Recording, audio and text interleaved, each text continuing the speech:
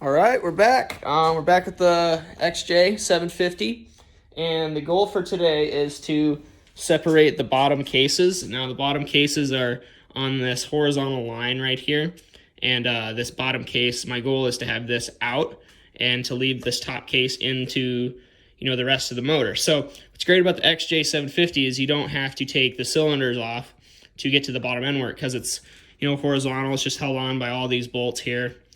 And once you zip them out, you should be able to, lightly tap, kind of all around it. And it should separate.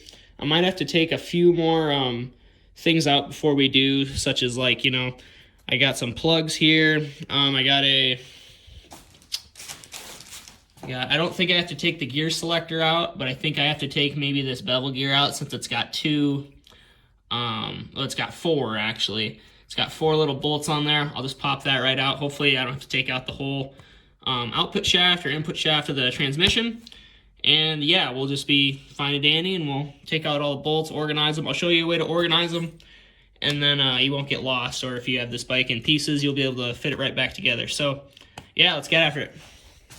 All right, I want to show that I do make mistakes also. So, if you're having troubles, doing this bike or anything, it happens to everybody. It's the first time this bike's been apart in its whole life. It's a 1982. And what happened was I had a little, those little star bits, those hex head things, real annoying. Well, the one right there, I ended up stripping out bad. And then I had to end up, taking a little screw extractor, drilling it out a little bit. And you set a rag in there. That will, I imagine anyone that does this job, you're going to have trouble with just this section here. All the rest of them came free.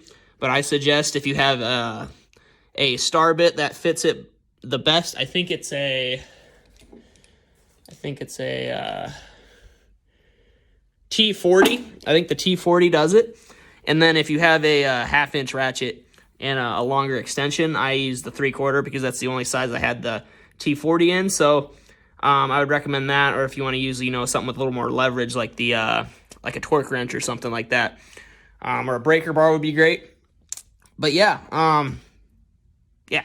All right, well, because that bolt's, toast, it's got the little punch mark on it, I'm probably going to have to replace it. I'll just look for one just like it. But we're going to take the other ones out real quick. But just for reference, anyone that wants to look for that, it's just a little, 1-inch flange. Doesn't have to be I actually would prefer if it wasn't the star bit. But you could probably find one, just like an Allen head or a Phillips head might work too. You got three other ones in there, so I mean, if the fourth one's a little goofy, it's probably not the end of the world. They just got to be tight, but it is a T40. They should all come out pretty similar here. The other one on this side too gave me a little trouble. And then, yep, just gonna set it down. So I always say, break them with the, if you have a breaker bar, that's probably ideal. If you don't, ratchet, torque wrench, something will be fine. But, try not to strip them out. Those will be kind of hard to find in that size, so I imagine that's going to be kind of tough. But I imagine this, fall right out, and then I'll go from there. I don't know exactly if this is hooked on or not. It feels like it might be, so, not a big deal if I got to figure that out too. But then we're going to be on to, splitting the cases here, so. Sweet. All right. Next step was quite easy actually. The you got those side pieces off, all right, and you don't actually have to take them out at that moment once you get the bolts out. But what you can do is this will come out real easy. You don't have to take the circlip on the other side. If you know what I'm talking about, I'll show you guys here in a second. But basically, I can put it right back in and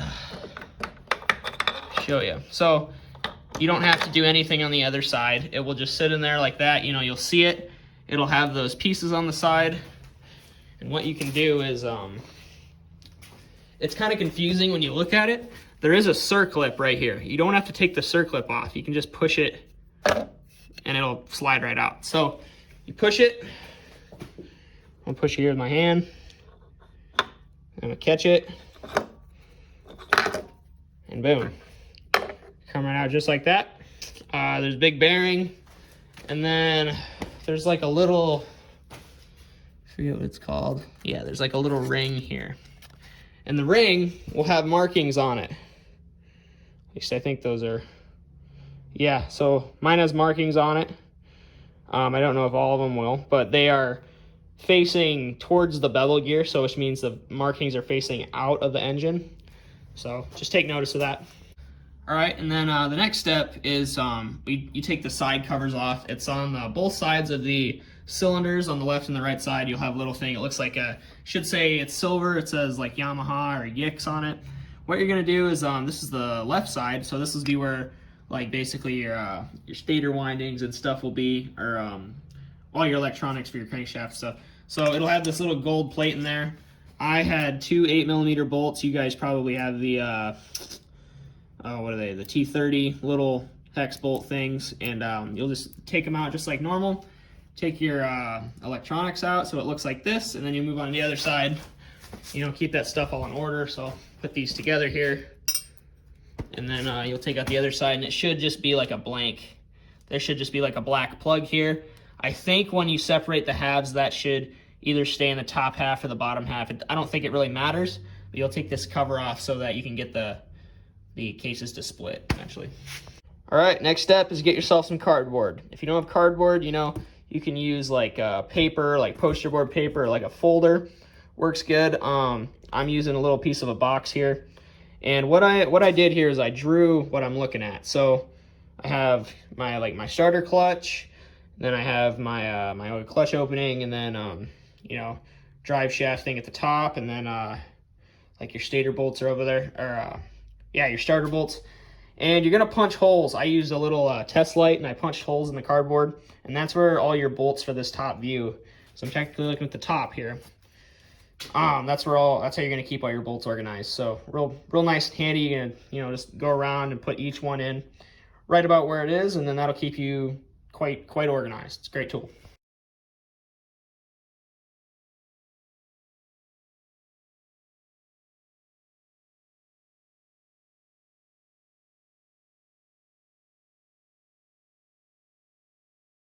All right, boom. So that's how it should look. As you can kind of follow along. I'm missing all but this one up here because I need to replace that one. I don't have one, so I got 3. I got my 2 there. I got my whole bunch sitting down here that you can kind of follow along with on the side. And there's one down here in the corner. Kind of makes sense. That's a great tool for mechanics of all ages. I highly recommend, you know, just because you can draw on it, you can do whatever. I mean, you can take little bits off if you need to. It's great. All right, so I'm going to briefly run through this. The video that I had before explaining this isn't going to work, but we basically just did the same thing that we did with the top view to the bottom view. One thing about this engine, when you have the clutch and all the other stuff out, right now it is taken apart, but you can believe me that when I had this case still on here, with the bolt still in it, this motor becomes way easier to maneuver. So you're going to take your top view that we had before, and it's easier to, you're going to flip it basically to how it is. If there's a case on this right now, you'll have it just like that. And it makes your life a whole lot easier. It doesn't hurt the engine. Yeah, you'll be fine. And then you'll see here that, so that was my top view box, and then this is my bottom view. It's all just written in cardboard, and the cardboard's great. You see it soaks up the oil that's on it, and then you can draw on it, and then you can label stuff. It's super easy. That's exactly how I want you to do it. So once you have it flipped over, I want you to, you know, draw the figure, punch your holes, and then, you know, go one by one with the bolts here, and just place them in, make sure you don't lose anything, and then we'll go from there. All right, so once you have, you know, your case like this, I have mine split already, but the easiest way to do this is, you know, once you've kind of made sure, and go around with the flashlight if you can, or your phone or whatever, and make sure, you know, you're not missing anything sneaky. Like right here, I missed one, I remember, because I was having trouble. If it doesn't kind of, you know, free or pop away from itself here in like maybe 4 to 5 whacks, and I'm whacking on the inside of these here motor mount holes.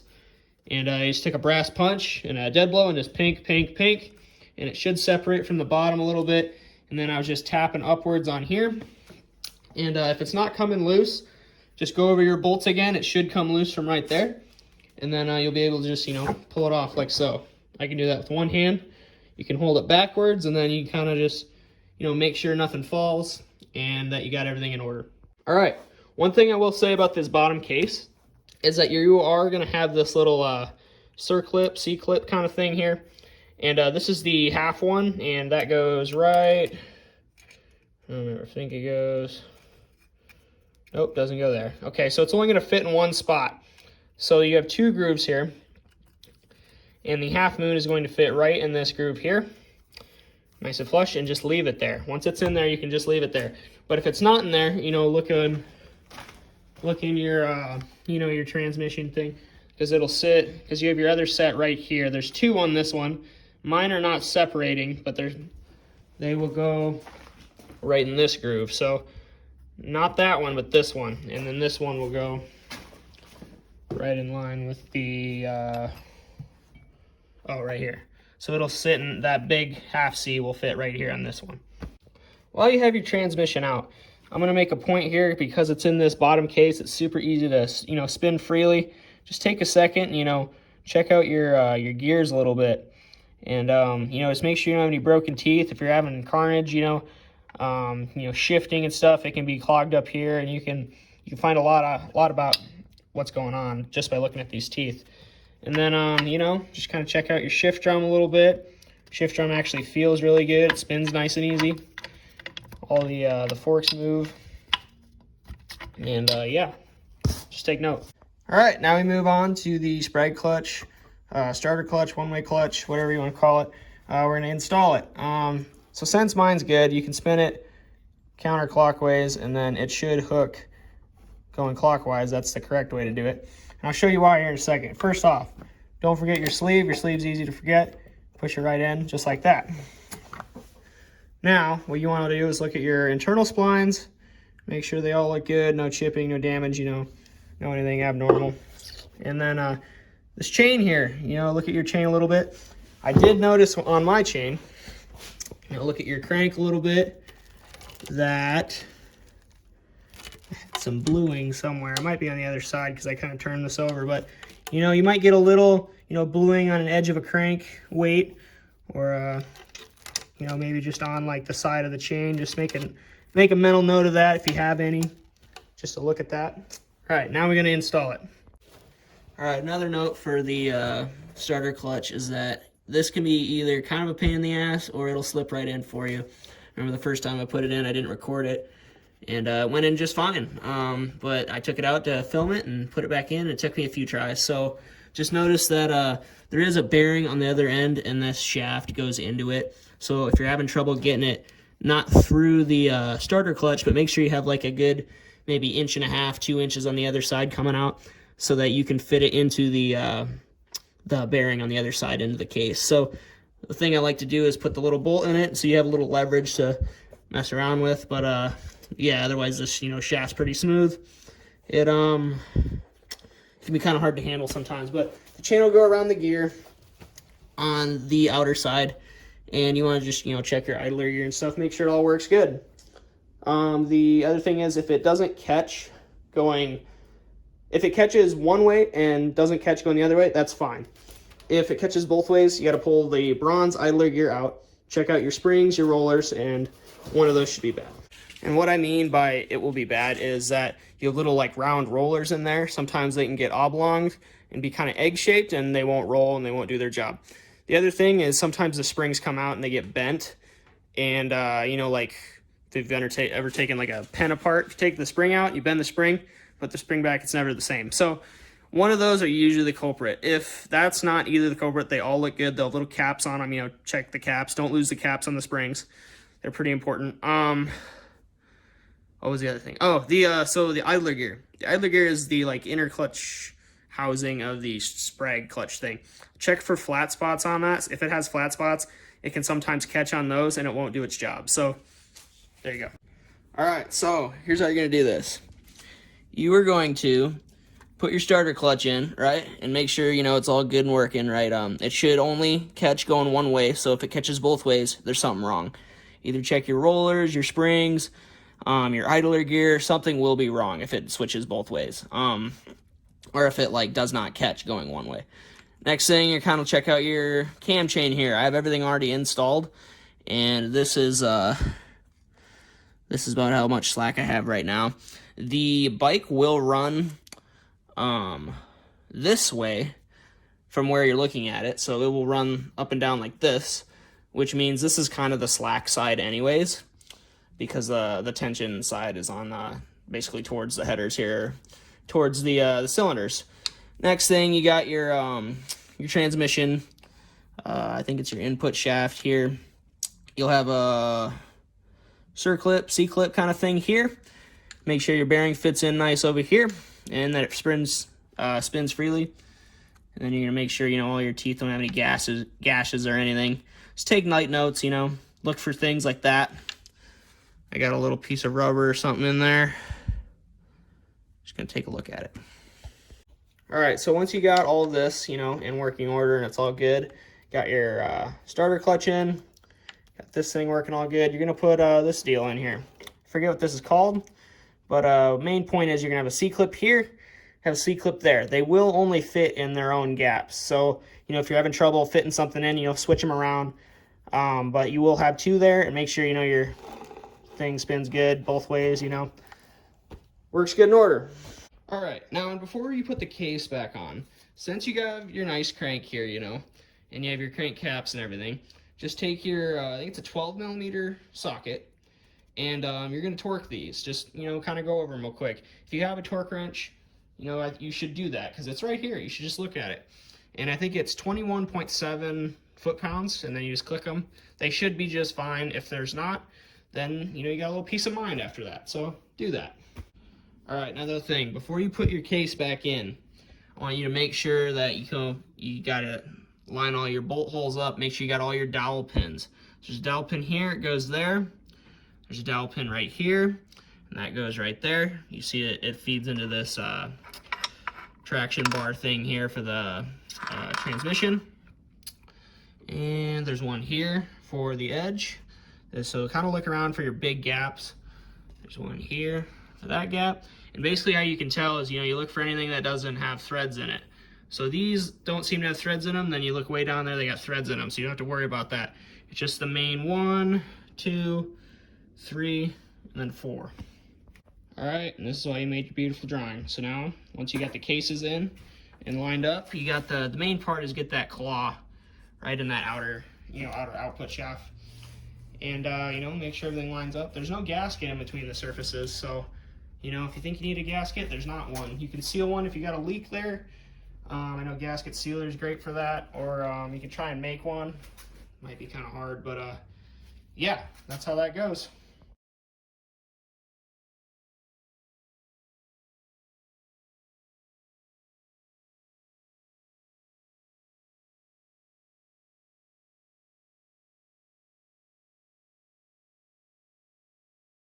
Alrighty, see, we got them all in. Main tip here is they should all sit in just about this far from one another, like this far into the case, without even threading them in. They should all be about a finger in almost. So one thing I want to make note of is that these two, and these two all have washers on them. They're sealing, it's great. This one does not, because it's already in the oil filter cap thing, and then this one does not too, because it's just in the crankcase. So this one doesn't. 1, 2, 3, and 4 do not have them. Just these 4 or 8 here. 2, 4, 6, 8 have them.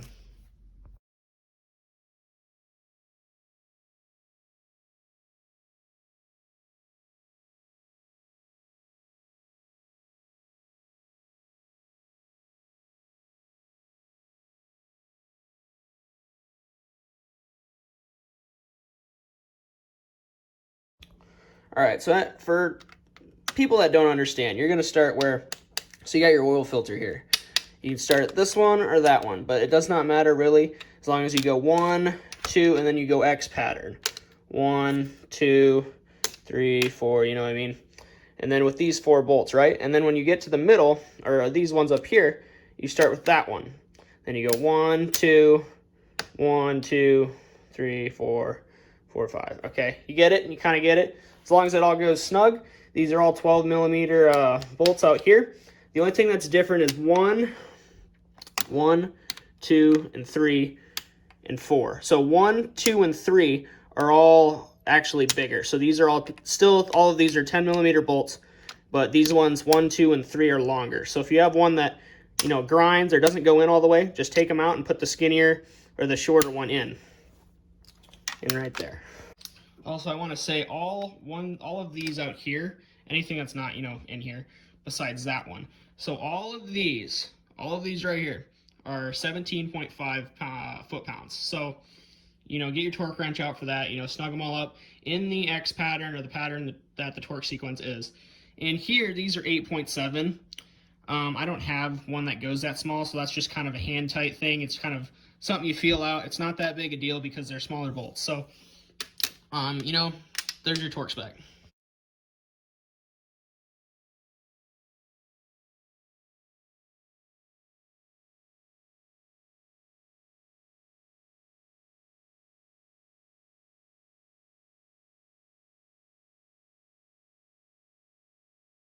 All right, that's where I'm going to leave today. You guys got to see how to, you know, replace a starter clutch if need be, and even so, if you don't want to replace it, if you want to just try and fix it, where your problems might lie within the starter clutch, the rollers, the springs, and the cap, or the idler gear is where that will be. It's not a whole lot to it. It's really simple when you take it apart.